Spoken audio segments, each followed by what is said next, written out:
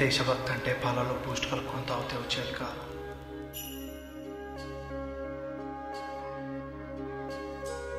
పుట్టుకతో రావాలి.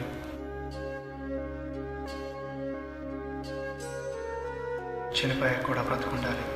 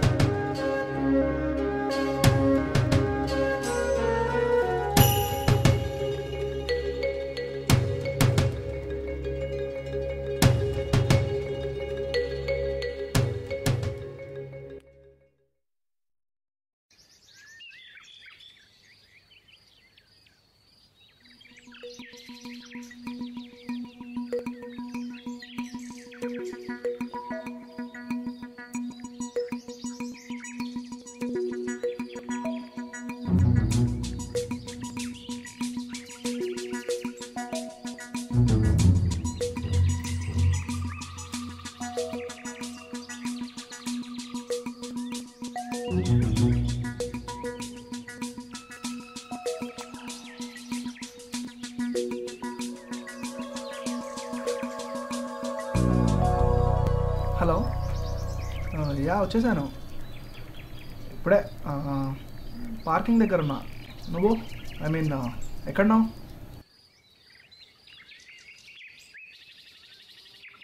వస్తున్నా.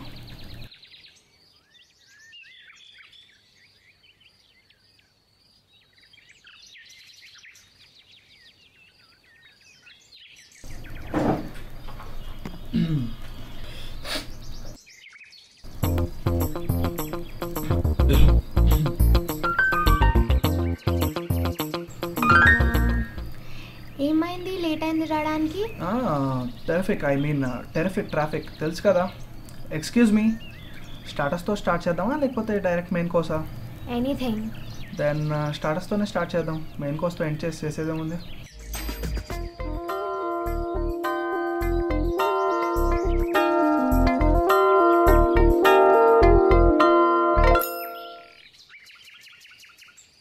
సార్ సూప్ 1/2 చేయమంటారా?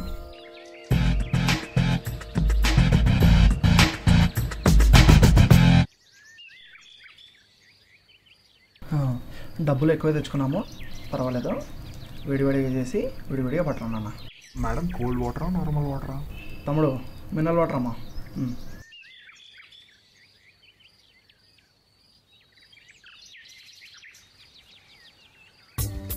సో ఏం చేద్దామని ఫిక్స్ అయ్యావు? చేసేదేముంది, వెయిట్ చేయాల్సిందే.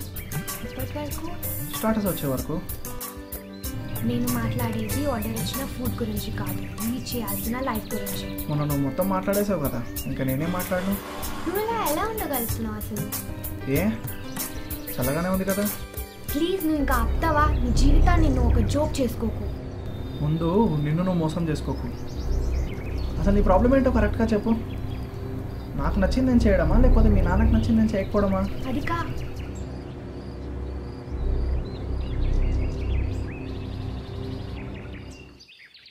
ఇంకేమైనా కావాలా మేడం? ప్రైవసీ కావాలి. Why don't you understand? నువ్వు చేసేది ప్రాక్టికల్గా పాసిబుల్ కాదు. పాలిటిక్స్ జాయిన్ అవ్వడం అంత ఈజీ కాదు.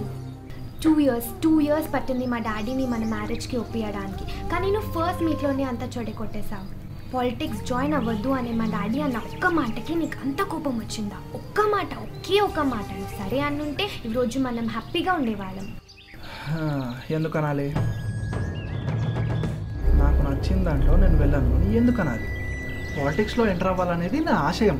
చిన్నప్పటి నుంచి పాలిటిక్స్ ఎంటర్ అవ్వాలి, జనాలకు సేవ చేయాలని పిచ్చి పిచ్చి కలవగన్నాను. ఇప్పుడు మీ నాన్న వచ్చి మా అమ్మాయి కావాలంటే నువ్వు పాలిటిక్స్లోకి ఎంటర్ అవ్వద్దు అని చెప్పగానే నేను అతని కాళ్ళ మీద పడిపోయి ఇన్నాళ్ళుగా నేను కన్న కళల్ని కళలు చేసుకోవాలా? నెమ్మదిగా అందరు వింటున్నారు. నీకెందుకు అర్థం కావట్లేదు అసలు? పాలిటిక్స్ జాయిన్ అవ్వడం, ప్రజలకి సేవ చేయడం ఇదంతా అనుకోవడానికి, ఆచరించడానికి బాగుండదు. ఇదంతా ప్రాక్టికల్గా పాసిబుల్ కాదు. నీకున్న టాలెంట్కి ఎక్కడన్నా మంచి జాబ్ వస్తుంది. నా దేశానికి అవసరం పడిన టాలెంట్ నాకొద్దు. దేశం దేశం దేశం దేశం తప్ప నీకు వేరొక ధ్యాస లేదా? దేశం ఏమన్నా కానీ మనకెందుకు? రేపు నిన్నెవడైనా రోడ్డు మీద నా ముందు చెప్పు తీసుకొని కొడితే నేను నాకెందుకులే అని చెప్పి వెళ్ళిపోతే నీకు ఓకేనా? అంటే నీకు నాకన్నా ఈ సోకాల్ దేశం మీదనే ప్రేమ ఎక్కువ? నీ మీద ఉన్న ప్రేమ 5 ఏళ్ళది, నా దేశం మీద ఉన్న ప్రేమ 25 ఏళ్ళది. అయితే నన్నెందుకు వెళ్ళి నీ దేశాన్ని పెళ్లి చేసుకో. ఏం చేసినా ఈ దేశం మనకేం ఇవ్వదు. పాలిటిక్స్ అంటేనే చెత్త. దాంట్లో దిగితే మనం పాడవడం తప్ప ఏముండదు. నీ ప్రాబ్లం ఏంటో చెప్పనా? నీదే కాదు, అందరి ప్రాబ్లం ఇది. మనం అంటే మనుషులు అవసరమైన దానికంటే ఎక్కువ అనవసరమైన దానిపైనే రియాక్ట్ అవ్వడానికి ఇష్టపడతాం. ఉదాహరణకి ఇప్పుడు ఆ వెయిటర్ మనం ఇచ్చిన ఆర్డర్ కాకుండా వేరే ఆర్డర్ తీసుకొస్తే మనం టూ మచ్గా రియాక్ట్ అయిపోయి సో మచ్గా వాడిని తిట్టేస్తాం. అదే ఒక పొలిటీషియన్ మనకు ఉపయోగపడే పనులు కాకుండా వాడికి ఉపయోగపడే పనులు చేసుకుంటే మనం ఏమీ రియాక్ట్ అవ్వం. అసలు రియాక్ట్ అవ్వడానికే ఇష్టపడం. ఎవడో దొంగ వాడి పొట్ట నింపుకోవడానికి చిన్న దొంగతనం చేస్తేనే మనం అదేదో మన ఇంట్లోనే జరిగినట్టుగా రియాక్ట్ అవుతాం. అదే రాజకీయ నాయకులు మన కళ్ళ ముందు మనకు తెలుస్తుండగానే మన డబ్బులు దోచుకుంటూ వెళ్తే మాత్రం ట్యాంక్ బండ్లో బుద్ధుడి విగ్రహం కన్నా ఎక్కువ నిగ్రహంతో ఆగ్రహం లేకుండా అలానే చూస్తుండిపోతాం. కారణం వాళ్ళ బలం కాదు, మన బలహీనతే. ఆ జనమే కదా రోజు మారినట్టుగా వాళ్ళ ఆలోచన కూడా మారిపోతాయిలే అనేది ప్రెజెంట్ పొలిటీషియన్స్ యొక్క బలమైన అభిప్రాయం. నేను ఇక్కడికి మన ప్రాబ్లం డిస్కస్ చేయడానికి వచ్చిన, వేరే ఎవరో ప్రాబ్లం గురించి. ఇది నువ్వు కూడా ఎలా రియాక్ట్ అయ్యావు చూసావా? ఇప్పటివరకు మనం మాట్లాడిన అన్ని విషయాలు నీ దృష్టిలో అన్నీ అనవసరమైన విషయాలు. మన పెళ్ళి మాత్రమే అవసరమైన విషయం కదా? మన ముందు అద్దాలు ఉన్నాయి చూడు, ఇవి మనకి మనం మన కళ్ళ ముందు పెట్టుకున్న అద్దాలు. ఎటువైపు చూసినా మనల్ని మనకే చూపించి మోసం చేస్తుంది. కానీ ఈ అద్దాలకు అటువైపు ఎప్పుడైనా చూసావా? చదువుకోవాలని కోరికున్నా దాన్ని కొనుక్కునే స్తోమత లేక కూలి పనులు చేస్తూ రోజులు గడుపుతున్న మన పిల్లలు. రోగం వస్తే డాక్టర్ రాసిన మందులు కొనలేక ఆ రోగానికే బలైపోతున్న నిరుపేదలు. అర్హత ఉన్న రికమెండేషన్స్ వల్ల ఆశయాలని అందుకోలేకపోతున్న మన యువత. సమయానికి సరైన వైద్యం అందక బలవంతంగా చనిపోతున్న పేషెంట్లు. ఆకలి మంటల కడుపు కాలి తన తనువును తనే అమ్మేసుకుంటున్న మన ఆడపిల్లలు. మరి అదే ఆకలికి బతకడానికి డబ్బులు లేక దొంగలుగా మారుతున్న ప్రయోజకులు. కరెంట్ సమస్య, గాలి సమస్య, నీళ్ల సమస్య, నేల సమస్య, నిప్పు సమస్య, అవకాశం ఉంటే ఆకాశం వల్ల కూడా సమస్య. పప్పు, ఉప్పు, బియ్యం, దొండకాయ, బీరకాయ, కాకరకాయ, ఆఖరికి మనిషి తలకాయ కూడా సమస్యే. మనిషి ఊపిరికన్నా ఎక్కువ సమస్యలు పిలుస్తూ బ్రతుకుతున్నాడు. నిత్యావసర వస్తువు అంత అందుబాటులో ఉంది ఇప్పుడు మన మనిషికి సమస్య అనేది. ఈ సమస్యలన్నీ తీర్చడానికి మన చందమామ కథల్లో ఉన్న రాజకుమారులు, సినిమా హీరోలు రారు మన దగ్గరికి, మనమే తీర్చుకోవాలి. మన దేశానికి స్వాతంత్రం తేయడానికి గాంధీ గారు అమెరికా నుంచి రాలేదు, మన నుంచే వచ్చారు. దేశం కోసం ఆత్మత్యాగం చేసిన భగత్ సింగ్, చంద్రశేఖర్ ఆజాద్, అల్లూరి సీతారామరాజు వీళ్ళే ఫారినర్స్ కాదు, మన నుంచి అతి సామాన్యులైన మనుషుల నుంచి వచ్చిన గొప్పవాళ్ళే. వాళ్ళకెవరో చెప్పలేదే, ఇన్ఫ్లుయెన్స్ చేయలేదు దేశం కోసం చావమని. దేశభక్తి అంటే పాలలో బూస్ట్ కలుపుకొని తాగితే వచ్చేది కాదు, పుట్టుకతో రావాలి, చనిపోయాక కూడా బ్రతుకుండాలి.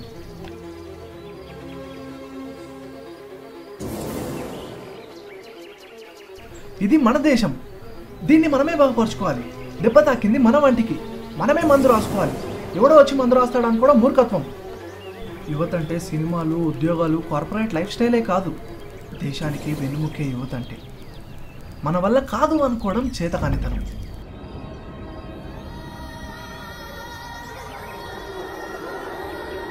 ఈ కరప్షన్, కులాలు, మతాలు, మోసాలు ఎవరో ఏలియన్స్ కనిపెట్టినవి కాదు, మనం మన సొంత స్వార్థాల కోసం కనిపెట్టుకున్నవి. వీటిని మనమే నాశనం చేయగలం. పక్కింట్లో సుభాష్ చంద్రబోస్ పుడితే చాలు మన ఇంటిని కూడా కాపాడతాడులే అనే మనస్తత్వం ఉన్న రోజులు మన దేశాన్ని ఎవ్వడూ కాపాడలేడు.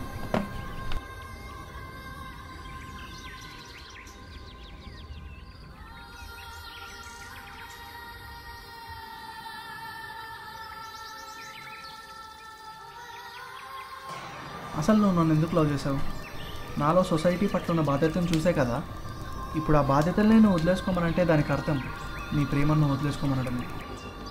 మీ నాన్నకు నేను పాలిటిక్స్లోకి ఎంటర్ అవుతే డబ్బులేం సంపాదించుకోలేనని తెలుసు, అందుకే నేను ఉద్యోగం చేసుకోమంటున్నారు. కానీ ఒక్క విషయం గుర్తుంచుకో, మనం బాగా బ్రతకడం కంటే మనిషిలా బ్రతకడమే ముఖ్యం. అది వీలు పడనప్పుడు బ్రతికున్నా చనిపోయినట్టే అర్థం. ఇంకా నీ ఇష్టం.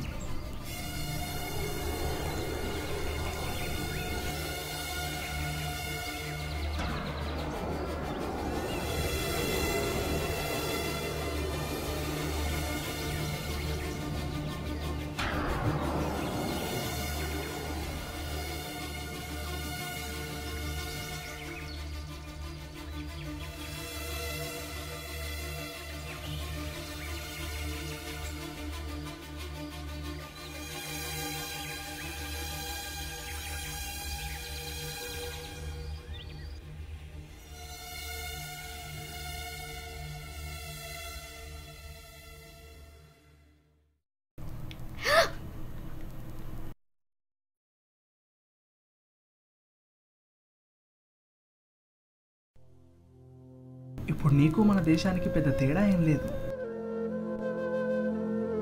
నువ్వు పడిపోతే పట్టుకోవడానికి నేనున్నాను, కానీ మన దేశం పడిపోతే పట్టుకోవడానికి ఎవరూ లేరు.